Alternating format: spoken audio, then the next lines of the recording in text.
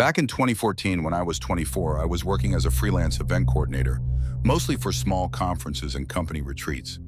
This meant I traveled a lot, hotel after hotel, city after city.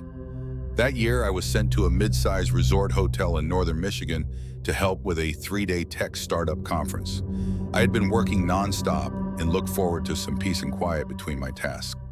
The resort was pretty, surrounded by forest and small hiking trails, though it was off-season, so the place wasn't too crowded. I checked in late afternoon, got my key card, and headed to my room, one of those corner rooms with a long hallway. On the way up, I passed a guy sitting in the lounge area near the elevator. Early 30s maybe, plaid shirt, slightly scruffy beard, nothing particularly memorable. We made eye contact. I gave a quick smile, just being polite, and he nodded. Later that night, after working on some prep for the next day's event, I went downstairs to grab a tea from the lobby bar. Same guy was there. He looked up and said something casual like, "Long day?" I answered, "Yeah, work trip," and left it at that. He asked if I was in town for the hiking or the business. I said business and kept walking, trying to stay polite but not engage too much. The next day, I started noticing him more. He wasn't part of the conference crowd, but he seemed to always be nearby, in the breakfast area, near the front desk, sitting in the lounge chair by the window. That evening, he even showed up on one of the trails behind the resort where I went for a quick walk to clear my head. I heard footsteps behind me and turned to see him approaching, saying, "Small world, huh?" I nodded and made some excuse about needing to get back to my group. It felt off, like too many coincidences. Back in my room, I got a call on the hotel room phone. I assumed it was my team lead checking on schedules, but when I answered, there was silence. Then a soft, slow breathing. I hung up, tried to shake it off. A few minutes later, it rang again. I didn't answer this time. The next day, I told the front desk that someone might be prank calling rooms. They said they'd look into it. I changed nothing about my behavior. I thought I was overreacting. Maybe it was just a glitch, or maybe the guy was just lonely. But things escalated. That evening, I got back to my room around 9:30 p.m. As I walked past the ice machine near the end of the hallway, I caught a glimpse of someone standing by the corner. Same guy, just standing there watching. I didn't say anything. I walked faster and shut the door behind me, heart thudding. Not long after, I heard a knock. I looked through the peephole. It was him. I didn't open the door. I stood completely still. Then he knocked again, softly, three times, like he was trying not to draw attention. I stepped back and grabbed my phone, pretending to call someone, hoping he'd hear me talking and leave. After 5 minutes of silence, I looked out again. He was gone. I slept with the lights on that night. The next morning, I went to the front desk again. I told them everything, about the knock, the calls, the trails, all of it. They took it more seriously this time and offered to move me to another floor. I agreed. While packing my things, I got one last call. I picked up, expecting silence, but this time there was a voice. It said, "Why are you avoiding me? You said we could talk." I hung up and moved rooms immediately. Later, the hotel manager informed me they had spoken with someone from a different group staying at the resort, a private construction team doing work on the golf course. Apparently, the man had told coworkers about meeting someone special. They confronted him, and he denied making any calls or bothering anyone. The hotel didn't press charges, but they warned him to stay away from me, or they'd involve local police. I didn't see him again after that. I finished the conference, but barely slept the rest of my stay. I even skipped the closing dinner just to avoid being alone in the lobby again. Since then, I've learned to be a little more cautious. Even a smile, a casual greeting, or a small talk moment can be misread by the wrong person. Hotels should feel like neutral spaces, but sometimes they don't. And now I never answer hotel room phones.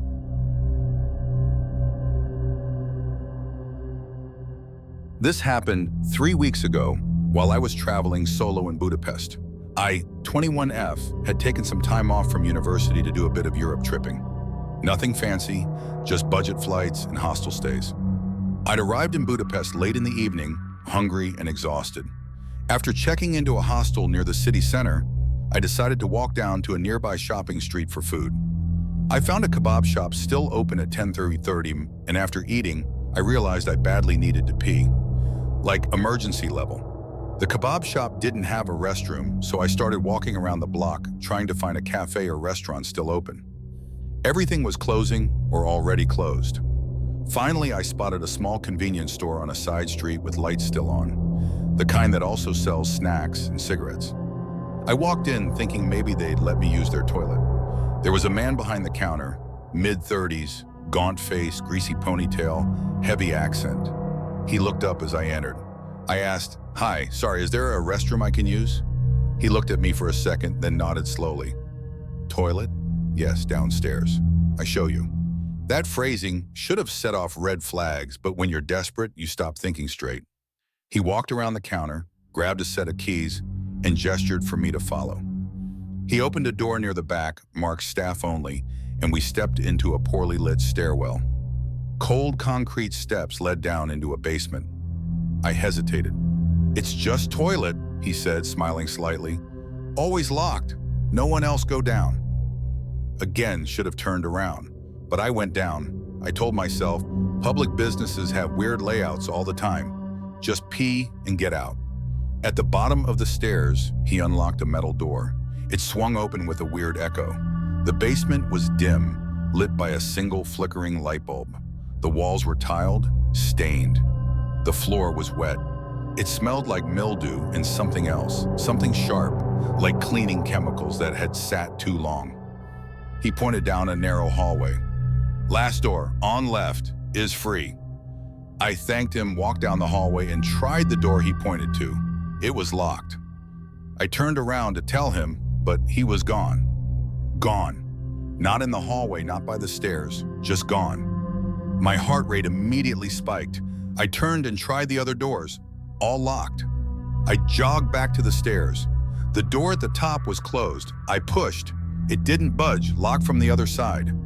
Now I was panicking. I pulled out my phone. No signal. Of course. I looked around and noticed something that made my stomach drop. The wet floor, it wasn't water, it was sticky. I stepped away quickly. There were footprints, faint ones, like someone had paced back and forth in that hallway. Bare feet. I took a deep breath, trying to stay calm. I started knocking on the walls, looking for some kind of ventilation shaft or alternate way out. I followed the hallway a bit further and came to another small room. There was no door, just a curtain hanging over the entrance. Inside, a desk, an unplugged monitor, and a folding chair.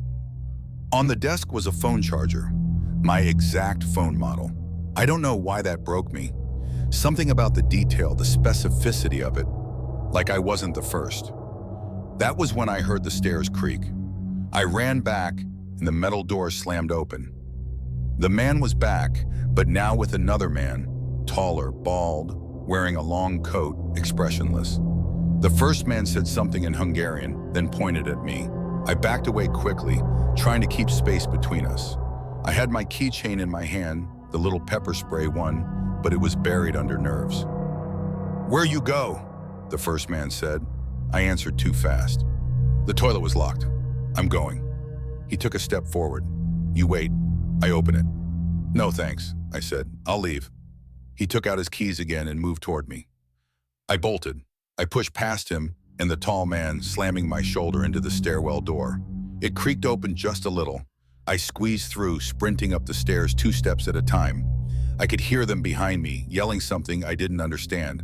I burst through the staff door and back into the store, nearly knocking over a shelf. There was a customer in the shop now, talking to a different employee behind the counter.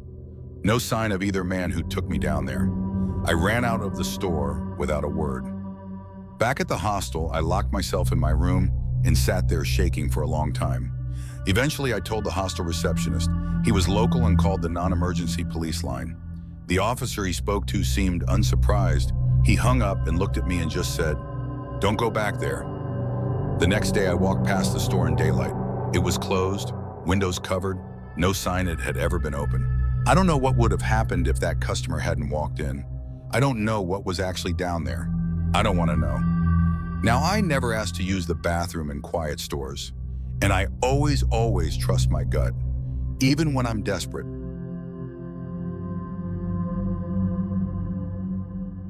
This happened back in my senior year of high school, maybe 4 years ago in Queens.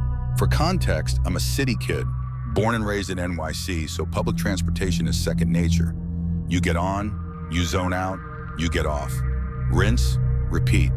You mind your business and hope everyone else does the same. By the time you're 17, the subway just becomes white noise. You see the guy with the puppet, the kid break dancing on the poles, the older woman selling mints, all background characters in a never-ending loop. Anyway, this day was supposed to be normal. I was going home from a late study session. It was almost 7 p.m., early spring, sun was setting. I had my hoodie up, headphones in, backpack heavy with textbooks. The F train was taking forever, so when it finally showed up, I just stepped into whatever car stopped in front of me without thinking. I always try to go middle of the train, but I wasn't really paying attention this time. The car was half full. Everyone looked like commuters, couple teens, older guy in a suit nodding off, woman in scrubs scrolling through her phone. But there was one guy sitting on the far end that stood out. He wasn't doing anything, he was just still. You know how even when people sit, they shift, blink, breathe loud? This man was just motionless. Leaned back, legs apart, hands on his knees, staring straight ahead. Shaved head, pale skin, no bane, no phone. Just a thick jacket zipped up all the way despite it being warm out. I clocked him the way you do weird subway characters. Quick glance, no eye contact. I stood near the doors, leaned against the pole, put one earbud in and kept one out. Something I'd started doing after getting freaked out by a story my cousin told me. Always keep one ear open, she'd said. You never know. About 2 stops in, I noticed something weird. Every time the train slowed down, he'd glance toward the door, like he was waiting. But he never got up, just stared, then snapped his eyes back forward. No phone, no book, no fidgeting, just waiting. Then I started noticing him noticing me. At first I thought I was being paranoid, but each time I shifted my weight or looked around or adjusted my bag, his eyes followed. I kept thinking maybe I was in his line of sight by coincidence, but the feeling got heavier. My gut told me something was off. At Roosevelt Avenue, a good number of people got off. Now the car was maybe a quarter full. I debated switching cars, but the next stop wasn't far. I told myself, you're overthinking it, he's just weird. Then he stood up, not like stretch your legs stood up. He stood like he'd made a decision, slow, deliberate, no urgency, but very intentional. And he walked toward me. Now this man didn't look like a typical threat. He wasn't twitching or yelling or anything, but the way he moved was silent, measured. No expression on his face, just eyes locked on mine. I didn't wait. I stepped into the next car right before the doors closed. There were more people here, families, teens, even a guy with a stroller. Safer. I found a spot near the middle, next to a pole, and pulled out my phone to pretend like I was texting someone. I kept my eyes fixed on the connecting door. The next few minutes felt like hours. I tried to rationalize it. Maybe he was just walking through the train. Maybe he needed to get off at the front of the station. Maybe I was making this up. Then the door handle turned. It opened slowly like he didn't want to draw attention. And there he was, same blank expression, same silent steps. I panicked. I moved fast, slid behind 2 people and wedged myself between the stroller and the wall. There wasn't anywhere else to go. I didn't scream or run, just tried to make myself small, hidden. He didn't look around this time. He looked through the car, like he was scanning for something or someone. When his eyes hit me, they didn't stop. He walked forward again, and that's when the toddler in the stroller dropped a toy and started wailing. Loud, shrieking cry. It broke the tension in the car. Heads turned, a mom stood up, and it was like a spell snapped. The man paused, looked around, blinked, then he stopped, turned, and exited through the back door of the car. Gone. I didn't move for the rest of the ride. My stop came 2 stations later. I got off and made sure to blend into a group of people going up the stairs. I kept turning around, looking behind me. I didn't see him. I don't know if he got off at another stop or stayed on the train. I walked home fast. I locked my door twice that night. The weirdest part? I didn't tell anyone until a week later. It all sounded so vague.